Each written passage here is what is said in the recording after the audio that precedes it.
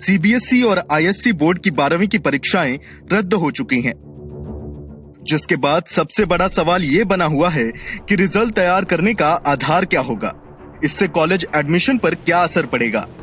इसके अलावा विदेश में एजुकेशन का प्लान करने वाले स्टूडेंट्स क्या करेंगे और इंजीनियरिंग और मेडिकल के एंट्रेंस का भी क्या होगा।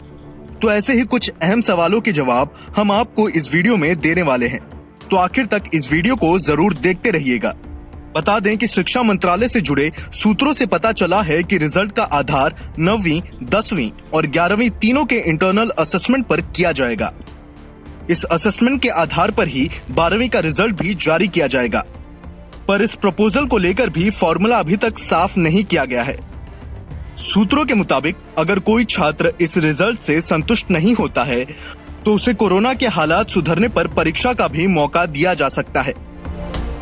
पहला सबसे बड़ा सवाल कि कॉलेज एडमिशन पर इस फैसले का क्या असर पड़ेगा। बता दें कि रिजल्ट को तय समय सीमा के भीतर तैयार करने का निर्देश प्रधानमंत्री ने दे दिया है, लेकिन अभी स्पष्ट नहीं है कि ये रिजल्ट्स किस तारीख तक आएंगे। ऐसे में कॉलेजों में होने वाले एडमिशन की टाइमलाइन पर भी असर पड़ सकता है। दरअसल जून शुरू हो चुका है। 9वीं, 10वीं और 11वीं के इंटरनल के असेसमेंट में कम से कम 2 महीने का वक्त लगेगा। इसके अलावा अगर कोई स्टूडेंट परीक्षा देना चाहता है तो उसके लिए भी हालात के सुधरने का इंतजार करना होगा। ऐसे में रिजल्ट्स अगस्त से पहले आना संभव नहीं है, जिससे कॉलेजों में एडमिशन की प्रोसेस अक्टूबर से नवंबर तक खिंच सकती है। सवाल दूसरा, एंट्रेंस एग्जाम पर इस फैसले का क्या असर होगा। अगर जब रिजल्ट देर से आएंगे तो दिल्ली यूनिवर्सिटी और ऐसे ही कॉलेजों के एंट्रेंस एग्जाम भी देर से ही कंडक्ट होंगे। ऐसे में बच्चों और पेरेंट्स को अलर्ट रहने और टाइम के हिसाब से अपना प्लान बनाने की जरूरत है। सवाल तीसरा, एंट्रेंस के लिए किस तरह की तैयारी करनी होगी। सूचित कर दें कि सभी छात्र अभी से तैयारी रखें। कोर सब्जेक्ट्स के अलावा जो फील्ड आप चुनना चाहते हैं उनकी तैयारी भी शुरू कर दें। और सबसे अहम, एंट्रेंस एप्लीकेशन प्रोसेस को अच्छे से समझ लें, जिसमें आप अपने पेरेंट्स की भी मदद ले सकते हैं, क्योंकि वक्त और सहूलियत इस बार पहले के मुकाबले कम ही मिलेगी। सवाल चौथा, कॉलेज में एडमिशन के लिए जारी होने वाली कट ऑफ लिस्ट पर क्या असर पड़ेगा। बता दें कि अगर नतीजे इंटरनल असेसमेंट के जरिए दिए जाते हैं तो कट ऑफ लिस्ट का परसेंटेज काफी ऊंचा रखा जा सकता है।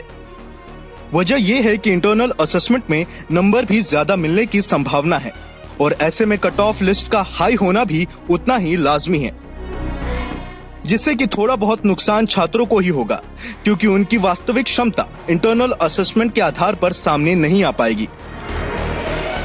सवाल पांचवा, विदेश में एजुकेशन का प्लान करने वाले स्टूडेंट्स क्या करेंगे।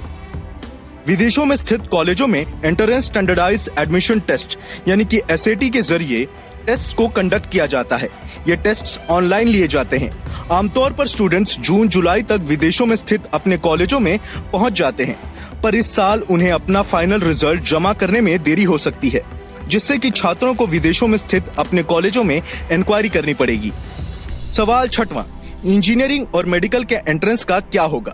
इंजीनियरिंग और मेडिकल कॉलेजों में एंट्रेंस एग्जाम पर अभी कोई फैसला नहीं लिया गया है, लेकिन ये एग्जाम कैंसिल करना मुश्किल है, क्योंकि 12वीं पास करने वाले छात्रों को अगर इन कॉलेजों में दाखिला नहीं दिया जाता है तो उनका पूरा साल बर्बाद हो जाएगा। ऐसे में सरकार इस बात पर जल्द कोई ना कोई फैसला जरूर लेगी। बाकी बोर्ड एग्जाम से जुड़े हर अपडेट्स के लिए जनतंत्र टीवी के साथ जरूर बने रहें। जनतंत्र टीवी के लिए सुधांशु चौरसिया की रिपोर्ट। खबरों के निष्पक्ष विश्लेषण के लिए सब्सक्राइब करें Jantantra TV and press the bell icon. Never miss any update.